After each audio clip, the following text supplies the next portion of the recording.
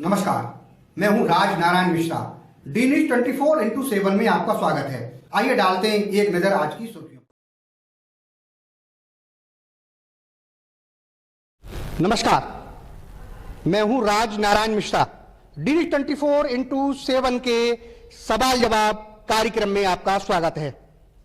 आज हम ऐसी शख्सियत से बात करेंगे जो पेशे से वकील हैं, डॉक्टर हैं, समाजसेवी हैं और साथ साथ राजनीतिज्ञ भी हैं।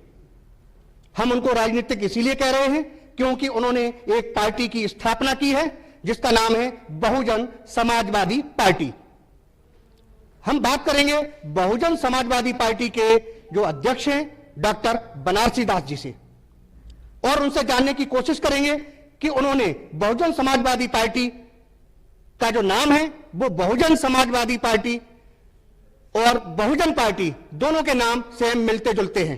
आखिर क्या वजह रही, क्या मोटो रहा इनका जो कि इन्होंने मायावती की पार्टी से अपना मिलता जुलता हुआ नाम रखा है। इनसे हम बात करते हैं डॉक्टर साहब से। डॉक्टर बनारसी दास जी हमारे साथ हैं।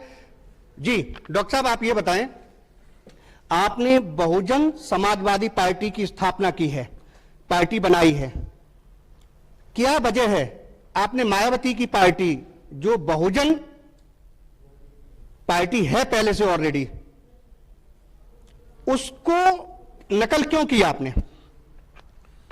आपका प्रश्न मिश्रा जी बहुत अच्छा है, लेकिन सच्चाई ये है कि बहुजन शब्द का दुरुपयोग हो चुका है। इसे जाति से जोड़ दिया है। बहुजन का अर्थ किसी भी भाषा में आप उठा के देख लो, वो होता है ज्यादा संख्या में जहां लोग बैठे हैं, मेजोरिटी के लोग बैठे हैं। तो मेरे दिल में दर्द था कि भाई ये जाति जो सूचक शब्द इसके साथ जुड़ गया है ना, इसको हटाओ। है तो मुश्किल काम, और वो मुश्किल काम लेने की बचपन से आदत रही है। तो बहुजन का मतलब है मेजोरिटी, और समाज की जहाँ तक आप बात करोगे, समाज भी वही होता है जहाँ मेजोरिटी के लोग हों। मैं और आप मिल गए, अब मेरे दो मिलने से समाज नहीं बनेगा। यहाँ 5-6 आदमी बैठे हैं तो 5 आदमी मिलके बैठे हैं, वो समाज बनेगा। तो बहुजन मतलब मेजोरिटी और समाज मेजोरिटी, थ्योरेटिकली तो है यही। नहीं, आपकी नजर में बहुजन का अर्थ क्या है? मेरी नज़र में बहुजन का अर्थ वही है जो दुनिया भर की सारी डिक्शनरी और सारे दुनिया भर के लोगों में है, मेजोरिटी। मान लीजिए 5 लोग एक जगह बैठे हैं और उनमें एक सलाह हो रही है कि भाई चाय पी जाए या कॉफ़ी पी जाए। अगर 3 आदमी उनमें से ये बोल देते हैं भाई चाय पी जाएगी और 2 बोल देते हैं कॉफ़ी पी जाएगी, तो 3 आदमी की बात मानी जाएगी। ये मेजोरिटी है, ये बहुजन की बात है। नहीं, आप जैसे मान लीजिए लोगों के दिमाग में बहुजन शब्द आता है तो उन जैसे ही बहुजन शब्द आता है तो लोगों के दिमाग में क्या चलता है? यही हमारी समस्या है। हम इसी को तोड़ने के लिए बहुजन समाजवादी पार्टी की स्थापना की है कि ये जो बहुजन शब्द का दुरुपयोग कर इसको जाति से जोड़ दिया गया है, ये तोड़ना है और बहुजन का राज लाना है। और बहुजन में ब्राह्मण भी है, बहुजन में बनिया भी है, और बहुजन में दूसरे धर्म के लोग भी हैं, किसी भी धर्म के लोग हैं। नहीं, जोड़ा किसने है इसको? आप बार बार ये कह रहे हैं कि इसको बहुजन को आपका कहने का मतलब ये है कि समाज जैसे अनुसूचित जाति है, पिछड़ा वर्ग है, क्या इनसे जोड़ दिया गया है? हाँ, ये हमारा दुर्भाग्य है कि आज की तारीख में बहुजन शब्द को जब भी हम इस्तेमाल करते हैं तो लोग पहले ये सोचते हैं कि ये जाति सूचक शब्द है। राजनीति में इसको इस तरह से ले लिया गया है। तो हमारी लड़ाई तो बहुत मुश्किल लड़ाई तो है ही।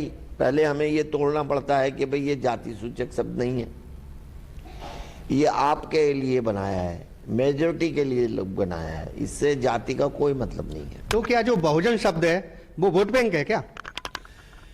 हाँ, ये उनको मुझे लगता है सुविधापूर्वक रहा कि बहुजन को जाति से जोड़ दो और एक जाति के लोगों का वोट अपनी तरफ खींच लो, तो सुविधाजनक रहा, इसीलिए उन्होंने ये इस तरह से किया है।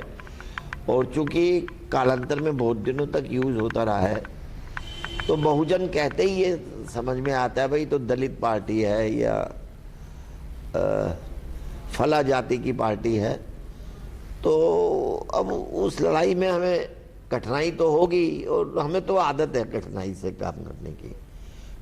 सच्चाई के लिए लड़ते हैं, और सच्चाई ये है कि बहुजन जो है वो मेजॉरिटी शब्द है, और मेजॉरिटी के लिए ही हम काम करना चाहते हैं। नहीं, चलो मान लिया। अब हमें एक सवाल का जवाब दीजिए। गांधी जी की जो विचारधारा है, आप उसके बारे में क्या कहेंगे? अब आपका प्रश्न तो बहुत, मुझे लगता है कि बहुत बड़ा प्रश्न है। गांधी जी की मैं समझूंगा, आप सहमत हैं उनकी विचारधारा से? मैं आपसे रिक्वेस्ट करूंगा अलग अलग तरीके से बात करें, क्योंकि गांधी जी की विचारधारा, आप आर्थिक विचारधारा की बात कर रहे हैं, उनके आज़ादी की बात कर रहे हैं, उनकी देश के प्रति आस्था की बात कर रहे हैं। देश के प्रति आस्था तो हमारी भी है, उनकी भी थी, सबकी थी। आप उनकी कुल मिला के ये है कि देश के प्रति उनकी जो आस्था थी उससे सहमत हैं? हाँ और ना, हाँ और ना में। अब नहीं, हाँ ना में तो मैं तब कहूँ ना जब आपका सवाल हाँ ना वाला हो।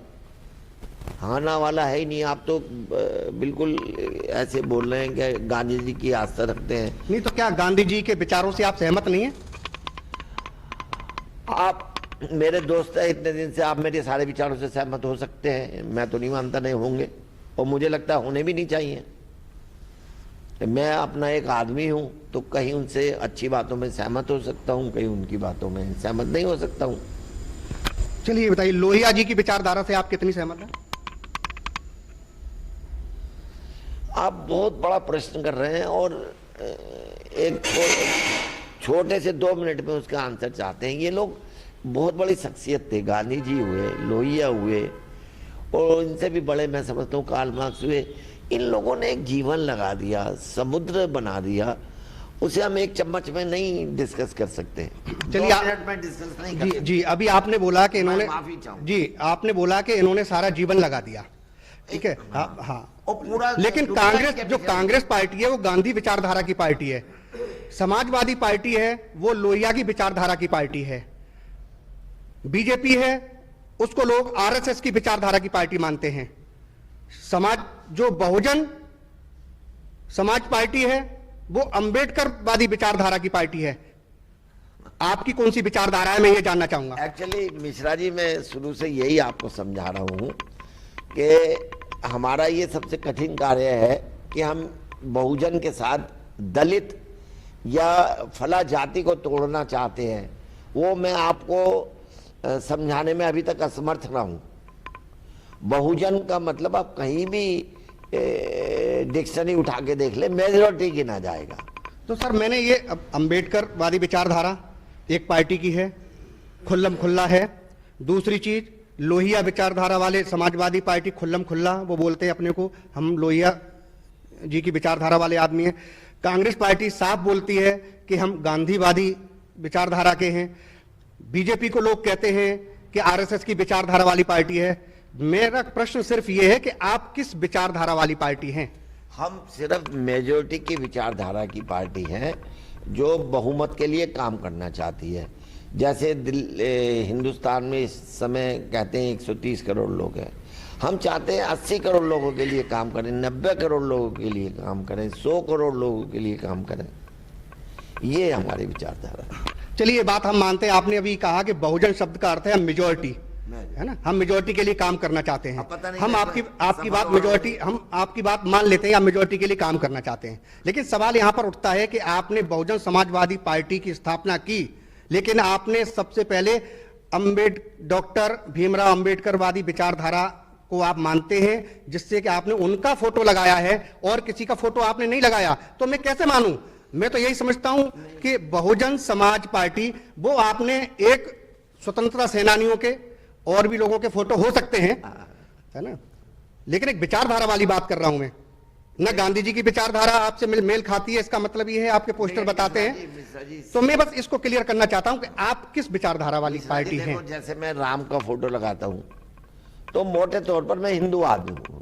नहीं सर, राम का फोटो लगाना, कोई पार्टी राम का फोटो लगा के नहीं बात करती। और सर धर्म की बात रही, आपने चित्र की बात करी है, तो धर्म तो देखो, राजनीति में धर्म तो शुरू से चला आ रहा है। आपने चित्र की बात करी है, चित्र का जवाब चित्र से दे रहा हूँ। अंबेडकर की एक विचारधारा है, उससे हम सहमत हैं। गांधी जी की से नहीं है। गांधी जी की बहुत सारी बातों से सहमत है। कोई ऐसी भी विचारधारा है डॉक्टर भीमराव अंबेडकर जी की जिससे आप सहमत न हो, या उनकी सारी विचारधाराओं से आप सहमत हैं?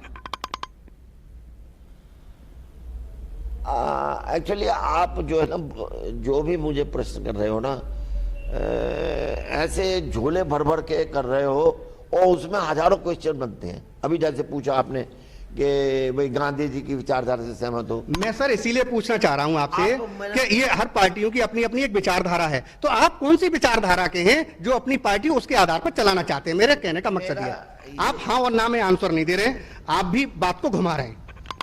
आपको लग रहा है मैं घुमा रहा हूं, लेकिन मुझे लग रहा है मैं सीधी बात कर रहा हूं। मेरा इतना कहना है कि हम सिर्फ मेजोरिटी के लिए कार्य करेंगे, बहुजनों के लिए कार्य करेंगे। और फिर मैं दोबारा इस बात को रिपीट करूंगा, शायद आपको मैं समझा पाऊं। और मुझे दुख नहीं है मेरे, क्योंकि कठिन काम तो लिया ही है मैंने। कि मान लीजिए एक जगह 5 आदमी बैठे हैं और 5 आदमी में से फिर वही रिपीट करूंगा, नाराज मत होइएगा, उनमें बहस चल रही है भाई चाय पिए या कॉफी पिए। अब उनमें से 4 आदमी कह देते हैं भाई हम चाय पिएंगे, और एक आदमी कहता है मैं कॉफी पीऊंगा, और एक आदमी मिश्रा है, बहुत बड़ा आदमी है, वो दुनिया भर में शोर मचा देगा। डरते हैं लोग मिश्रा जी से, राजनाथ मिश्रा जी से। तो लेकिन हम 4 वाली बातों को मानेंगे। जो 4 आदमी बोलेंगे चाय पिएंगे तो चाय पिएंगे, मिश्रा जी कॉफी चिल्लाते रहे, कितनी जोर से चिल्लाते रहे, चाहे सारे हिंदुस्तान के टीवी न्यूज में उसको फैला दे, हम नहीं डरने वाले। चलिए आप डरने वाले नहीं, आपका जो संकेत है मैं समझ रहा हूं। मोदी जी की राजनीति के बारे में आप क्या कहेंगे? शायद आपको ध्यान होगा 2 या 3 साल पहले हमने आपका एक इंटरव्यू किया था, मैंने आपसे एक प्रश्न किया था, शायद आपको याद हो, मोदी जी को आप 10 में से कितने नंबर देंगे? तब आपने शायद ये बोला था कि अभी 3 साल हुए हैं, मोदी जी पढ़ाई कर रहे हैं, हम कोई नंबर नहीं देंगे। शायद आपको ध्यान हो। हाँ ध्यान है, मैंने बोला। ठीक है, अब 6 साल हो गए मोदी जी को, अब 10 में से कितने नंबर देना चाहेंगे आप? मोदी जी खुद अभी परीक्षा में बैठे हैं, क्लास में पढ़ रहे हैं, एक्सपेरिमेंट कर रहे हैं, वो खुद ही नहीं अपनी पढ़ाई पूरी कर पाए हैं, तो क्या नंबर दें बोलिए? आपको लगता है वो परीक्षा में पास लायक अंक नहीं ला सकते हैं? अब परीक्षा तो आने दे, अभी तो काम कर रहे हैं। जैसे जीएसटी उन्होंने लगाया, ब्लैक मनी के लिए उन्होंने रोका कि भाई आज से नोट नहीं चलेंगे। अभी तो वो एक तरीके से जो उनका एजेंडा है, जिसके लिए देखिए अभी खुल के बात करिए, जो आरएसएस का एजेंडा है, अभी तो वो उसको समझ के उसको लागू करने की कोशिश कर रहे हैं। अभी एक भी नहीं लागू कर पाए हैं। सर आप कह रहे हैं लागू कर पाए तो एक ही कर पाए हैं, वो भी पार्टली, कि भाई राम मंदिर बनाना। सर ये एक ही, वो भी पार्टली, पूरा नहीं हुआ है, 8 की तारीख में पूरा नहीं हुआ है। अब किस बात के नंबर दे दें? चलिए राम मंदिर की आपने बात की, 370 हटी, आप सहमत हैं? हटनी चाहिए थी या नहीं हटनी चाहिए थी? मोदी जी को क्या कहेंगे? देखिए वो तो इनके, मैं समझता हूँ वो एक ईमानदारी से काम कर रहे हैं इस लाइन में। उनका अपना एक एजेंडा है आरएसएस का, वो उसके लिए कार्य कर रहे हैं। राम मंदिर का एक सेकंड, वो उसके लिए अपने कार्य कर रहे हैं। इनका अपना एक एजेंडा है, हिंदुत्व, हिंदू एजेंडा नहीं है, हिंदुत्व एजेंडा है इनका। अब वो बात करेंगे तो उसके लिए पता नहीं कितने 10, 20, 30 इंटरव्यू भी नहीं काफी होंगे। तो वो हिंदुत्व के एक एजेंडे के अंदर काम कर रहे हैं। वो हिंदुत्व क्या है वो कभी आप मेरे से पूछ लेना। तो 370 उन्होंने शायद इसलिए नहीं हटाई है कि कोई देश सेवा करना चाहते हैं, वो हिंदुत्व के एजेंडे को आगे लाना चाहते हैं। अभी आप इतनी बड़ी बात कर रहे हैं मुझसे, बात आप सोच रहे हैं बड़ा छोटा प्रश्न है, छोटा प्रश्न नहीं है। आज की तारीख में भारत के अंदर, राजस्थान के अंदर 50 से ज्यादा हिंदू और 50 से ज्यादा सरदार लोग जो बेचारे यहाँ शरण मांगने आए थे, उनको शरण नहीं दे पाए मोदी जी। प्योरली राजनीति कर रहे हैं। चलिए वो राजनीति कर, चलिए इस बात में मान लेते हैं वो राजनीति कर रहे हैं। आपकी पार्टी उनके लिए क्या कर रही है? कभी कोई एजेंडा उठाया है ऐसे लोगों के लिए? तो आप बताइए कहां पर उठाया है, किस जगह उठाया है? देखिए वो शरणार्थी आए थे, उनको उन्होंने, अगर मान लें हम मोदी जी ने शरण नहीं दी, उनकी पार्टी ने शरण नहीं दी, तो आपने कुछ एजेंडा ऐसा कुछ किया जब आपकी जानकारी में था? तो देखिए अभी हम बहुत लंबी चौड़ी बात करेंगे, हम बहुत शक्तिशाली लोग हैं, हम सरकार में कुछ अपना वर्चस्व रखते हैं, ऐसा तो कुछ है नहीं नहीं, ये सीधा सीधा मोदी पर एलिगेशन लगाने वाली बात है। आपने बोला अपने एजेंडे पर काम कर रहे हैं वो। ये एलिगेशन, मैं तो जो मेरे विचार है मैं लगा रहा हूँ, आपको इसमें एलिगेशन लगता है तो आपको लगे। मैं अपने मैं क्यों उससे गुरेज करूं? अगर 370 धारा उन्होंने लगाई है तो 370 की धारा का उसका एक राजनीतिक उद्देश्य वो लगाई है, और लगाई है, हम उसका विरोध नहीं कर रहे। और अगर लगाई है तो इतने सारे हिंदू और सरदार राजस्थान में बेचारे भूखे मर गए, रोटी नहीं मिली, खाना नहीं मिला, उनको शरण नहीं मिली, आज वो पाकिस्तान जा रहे हैं दोबारा। लगभग 13 साल हो गए आपकी पार्टी, शायद 2007 में आपने गठन किया था। 13 साल में आपने शरणार्थियों के लिए क्या किया ये तो बताएं।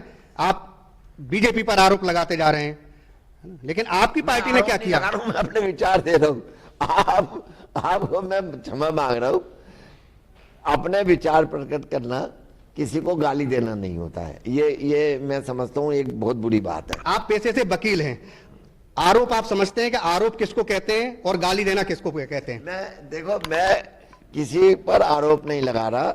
अगर आप चाहें कि मैं अपने विचार भी प्रकट ना करूं तो मैं हाथ जोड़ूंगा। नहीं, आप बिल्कुल स्वतंत्र हैं अपने विचार प्रकट करने के लिए, बिल्कुल स्वतंत्र हैं। तो आप मुझको ये मत कहो कि मैं एलिगेशन लगा रहा हूं, मैं अपने विचार प्रकट कर रहा हूं। अगर वो मैं आपके हाथ से हाथ मिला रहा हूं, आपके हाथ में कहीं चोट लग रही है और वो मैं हाथ मिलाते हुए आपका वो हाथ दर्द कर गया, तो इसमें मेरा क्या कसूर है? वो चोट आपके हाथ में लगी हुई है। अभी आपने बात की थी राम मंदिर की, तो राम मंदिर एजेंडा, ये तो कोर्ट का फैसला था, एजेंडे वाली क्या बात है इसमें? देखिए, मैं उसका विरोध ही नहीं कर रहा, तो मुझे आप क्यों उसमें शामिल? आपने बोला था, आप राम मंदिर का नाम लिया था।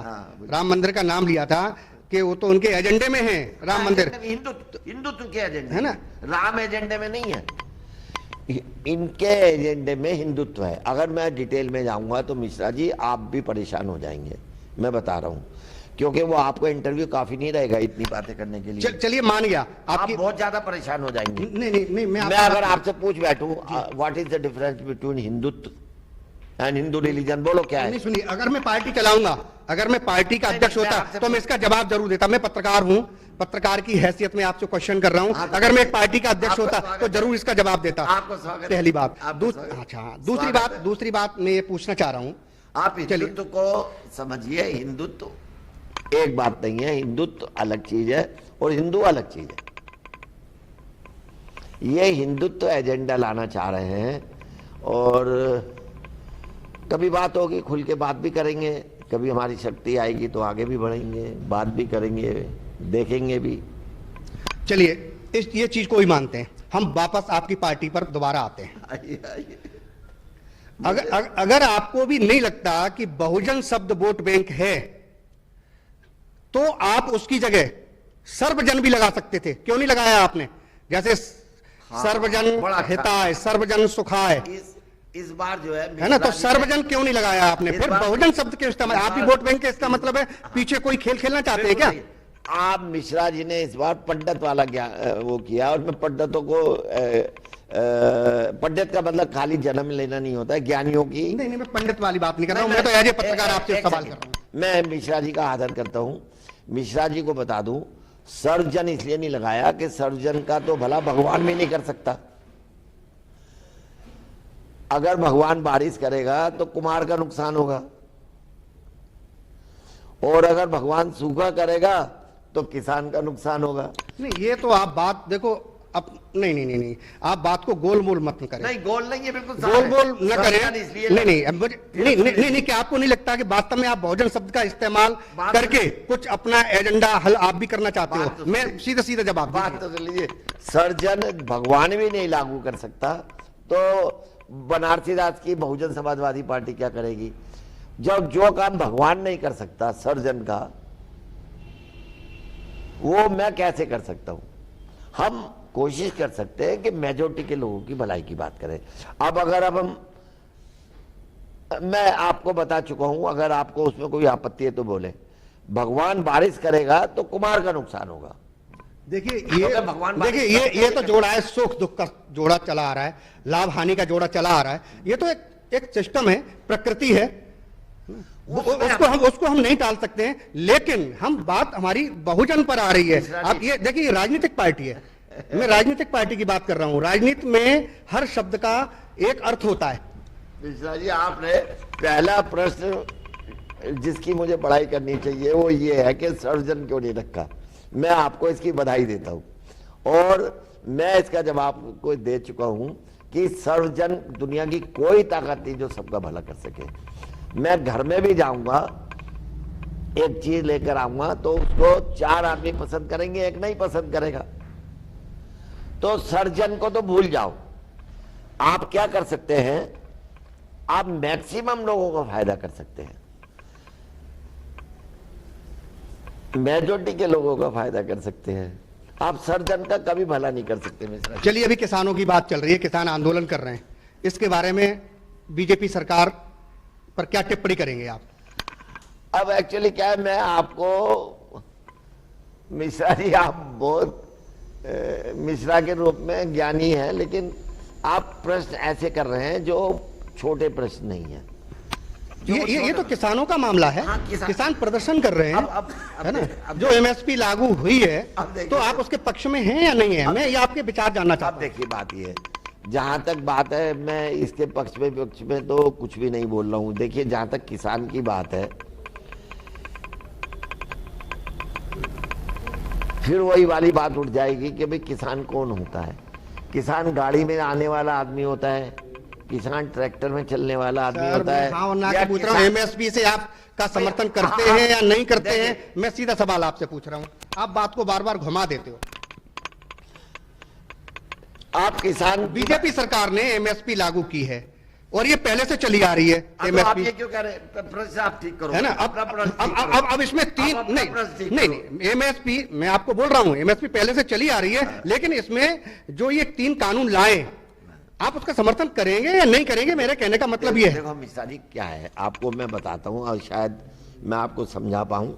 और अब प्रबुद्ध वर्ग से हैं, ये राजनीति हो रही है, बिल्कुल राजनीति हो रही है। इसके पीछे कहानी क्या है कि इस बार ऐसा कानून इन्होंने वो छेड़ा है जो मध्यम वर्ग, जो किसानी में मध्यम वर्ग के लोग हैं, थोड़े समझदार लोग हैं और पढ़े लिखे लोग और पैसा भी है उनके पास, तो मोदी जी को भारी पड़ रही है, ये बहुत भारी पड़ रही है। और क्या भारी पड़ रही है, थोड़ा सा डिटेल में बताएं मुझे। देखिए, क्या है, किसान की जहां तक समस्या है ना, फिर एक एजेंडा आरएसएस का, ये उसी के अंडर काम कर रहे हैं। जैसे कि आप ये देखिए, तो क्या आरएसएस का एजेंडा आप ये मानते हैं किसान को बर्बाद कर देना? देखिए, मैं आपकी हर बात को जो चाहो हाँ ना में करूं, वो तो मैं मिश्रा जी करूंगा नहीं। जो मेरे अपने विचार होंगे वो मैं करूंगा, क्षमा चाहता हूं। आप ये चाहो कि मैं आपकी लाइन पे हाँ भर दूंगा, मैं नहीं करूंगा। मैं वही बात करूंगा जो हमारी पार्टी की विचारधारा है। अब आप अपना प्रश्न पूछे मुझसे, मैं आपको सीधा जवाब दूंगा। मैं जो किसानों का आंदोलन चल रहा है, जो ये लागू किए गए हैं बिल, क्या आप इससे सहमत हैं या नहीं है? एक्चुअली क्या है मिश्रा जी, मैं आपसे हाथ जोड़ के प्रार्थना कर रहा हूं, आप पत्रकार बहुत अच्छे हैं, लेकिन राजनीति और राजनेताओं के दिमाग को समझना आसान चीज नहीं होती है। मैं आपसे माफी मांग रहा हूं। ये आरएसएस का एजेंडा है, धीरे धीरे करके, चाहे वो उद्योग हो, चाहे वो किसानी हो, चाहे वो पत्रकारिता ही क्यों ना हो, पत्रकारिता ही क्यों ना हो, ये आपको जल्दी समझ में आएगी। ये बड़े हाथों में सौंपना है। आप जैसे और मेरे जैसे मक्खी मच्छर मिट जाएंगे पत्रकारिता में। पत्रकारिता में वो ही चलेंगे जो अमेजोन की हाँ भरेगा, जो बिल गेट की हाँ भरेगा, इंडिया में अंबानी की हाँ भरेगा। आप जैसे लोगों के लिए सरवाइव करना मुश्किल हो जाएगा। तो आपका मतलब ये है कि ये सरकार तानाशाही है? ये अपना एक आरएसएस का एजेंडा है, और आरएसएस का एजेंडा आज से नहीं है, 1925 से भी पहले का एजेंडा है कि हमें इस प्रकार का एक अपना एजेंडा लाना है, और वो उसमें ईमानदारी से काम कर रहे हैं। मैं समझता हूँ वो ठीक कर रहे हैं, अपना अपनी ईमानदारी से कर रहे हैं। देखिए, आपको मैं खोल के समझाता हूं भी आपको, आप इसकी राजनीति की गहराई समझने की कोशिश। राजनीति की गहराई में अच्छी तरह समझता हूं, जो मैं अपनी भाषा में बताना चाहता हूं। राजनीति का मतलब जो मैं समझता हूं उसका मतलब ये है, इसमें सिर्फ राज ही राज है, कोई नीति नहीं है। नहीं नहीं, नीति है, नीति है। अगर नीति अगर नीति होती तो आप भी एक नीति पर बात करते। आप किसी भी एक नीति पर आप भी नहीं चल रहे हैं, आप भी कोई सीधा सीधा सवाल का जवाब नहीं दे रहे। इसका मतलब आप भी राज रख रहे हैं। मिश्रा जी मेरी बात सुनो, फिर मैं बता रहा हूं, आधे घंटे के अंदर आप चाहो, मैं तो खैर बहुत छोटा आदमी हूं, किसी समझदार आदमी की विचारधारा को समझ लो, ये मेरे बनारसी दास के लिए असंभव कार्य है, आप जैसे ज्ञानी के लिए आसान हो सकता है। देखिए, सीधी सी बात है, एक ये विचारधारा है और विचारधारा के अंतर्गत ये काम कर रहे हैं। बड़े बड़े उद्योग ऑलरेडी बड़ी बड़ी मछलियां खा चुकी हैं। एग्जाम्पल मैं MTNL दूंगा, MTNL आज की डेट में ख़त्म हो रहा है। बड़ी बड़ी कंपनियां, 11 से 12 से ज़्यादा कंपनियां जो कैश रिच कंपनियां, वो बिक रही हैं और उनके मालिक 2-4 आदमी बन रहे हैं। और ऐसे ही अब मुझे आपने मजबूर किया, समय अभाव की वजह से मैं जवाब नहीं दे रहा था, ऐसे ही किसानों में होने जा रहा है। किसान अब एक हाईली टेक्निकल प्रोफेशन हो जाएगा। मिडिल क्लास का आदमी उस प्रोफेशन को नहीं कर सकता, उसके लिए हजारों लाखों एकड़ का लैंड उसको चाहिए और मशीनें चाहिए करोड़ों रुपए की, और वो आम किसान जो हाथ से करता था वो नहीं चलेगा। ये धीरे धीरे सारी प्रॉपर्टी, सारे अधिकार, इकोनॉमिक पावर कुछ लोगों के हाथ में डालेंगे और डालने में सफल हो रहे हैं। वो कोई खुल के बात नहीं कर रहा है। असली इसके पीछे मिश्रा जी, आप, मैं कहूँगा मुझे आप दिन रात चक्कू लेके, कांटे लेके दबाव में हंसता हुआ ही जवाब दूंगा आपको। ये इनका बड़ा एक एजेंडा है और ये खुद भी कुछ नहीं कर सकते, ये खुद ऊपर वालों के हाथ में। अभी मैं आपसे एक बात पूछूं, नाराज मत हो ना, सवाल समझ लेना तब जवाब देना। अब RSS कहती है वसुधैव कुटुंबकम, RSS कहती है वसुधैव कुटुंबकम के पूरा विश्व मेरा परिवार है। आप देखो, उछल मत पड़ना, फिर मैं बोल रहा हूं, आप नाराज मत होना, पहले समझ लेना। RSS कहती है पूरा विश्व मेरा परिवार है, और मुसलमान कहते हैं उम्मत मेरी परिवार है। उम्मा परिवार, देश इंपॉर्टेंट नहीं है। आपको आग लग जाएगी, लग रही होगी आग, क्योंकि मुझे नहीं लगता हिंदुस्तान में मेरे अलावा ये बात कोई उठा सकता है। मैं ये नहीं कहता कि मेरे में दिमाग किस किस मंचों पर आपने ये बात उठाई है? आप एक मंच बता दीजिए हमें। देखिए, मैं जहां भी बात करता हूं, आप सीधा सीधा RSS को टारगेट कर रहे हैं और उसके बार बार यही कहते हैं कि RSS का अपना एजेंडा है, उसके एजेंडे पर काम कर रहे हैं। हर पार्टी का अपना अपना एजेंडा होता है, आपका भी कोई एजेंडा है। मैं नाराज नहीं हूं, आप करो ना। नहीं, हर पार्टी का आपका कोई एजेंडा नहीं है, आपकी पार्टी का भी एजेंडा है। मेरा है। हाँ, तो मैं वही तो कह रहा हूँ, हर पार्टी का अपना अपना एजेंडा होता है और उसी के आधार पर इलेक्शन लड़ते हैं, उसी के आधार पर राजनीति करते हैं, उसी के आधार पर सारी सिस्टम चलते हैं। मिश्रा जी, मेरा एजेंडा है, मैं बोल चुका हूँ, मेरा एजेंडा है कि 5 आपका एजेंडा है बहुजन के नाम पर कुछ थोड़े बहुत वोट मिल जाए, वोट बैंक में सेंध लगा लें, यही एजेंडा है। देखिए, आप ये जो बात कर रहे हैं, मैं आपको मना नहीं करूंगा, कुछ लोगों का ये भी हो सकता है, लेकिन मेरा एजेंडा सिर्फ इतना है कि अगर हिंदुस्तान, यहाँ 5 आदमी बैठे, बार बार समझा रहा हूं, और 4 आदमी चाह रहे हैं कि चाय पिए, तो चाय मंगाई जाएगी। मिश्रा जी कितनी जोर से चिल्लाते रहे कि मैं आपके इंटरव्यू में सत्यानाश कर दूंगा, ये कर दूंगा, वो कर दूंगा। कोई बात नहीं, आप बहुत बहुत समय दिया आपने, इसके लिए बहुत बहुत धन्यवाद, शुक्रिया। अभी हम बात कर रहे थे बहुजन समाजवादी पार्टी के अध्यक्ष डॉक्टर बनारसी दास जी से। इन्होंने साफ साफ कहा कि बहुजन शब्द का अर्थ है मेजॉरिटी। हम मेजॉरिटी के लिए काम करना चाहते हैं, लेकिन उन्होंने RSS को भी कोसने से नहीं चूके। उन्होंने बार बार RSS पर अपना एजेंडा चलाने की बात कही, और मोदी के बारे में जब हमने उनसे कुछ सवाल किए तो वो टाल गए। इससे साफ साफ यह साबित होता है कि जो वर्तमान में केंद्र में सरकार है उससे डॉक्टर बनारसी दास जी संतुष्ट नहीं है। अगले एपिसोड के लिए हमारी जो खास मुलाकात होगी एक खास सक्सेस से होगी। तब तक के लिए हमें और हमारी टीम को दीजिए इजाजत। नमस्कार। अगर आपने हमारे चैनल को सब्सक्राइब नहीं किया है तो सब्सक्राइब का बटन दबाकर सब्सक्राइब जरूर करें। हमारे न्यूज चैनल को सबसे पहले देखने के लिए बेल आइकॉन दबाएं।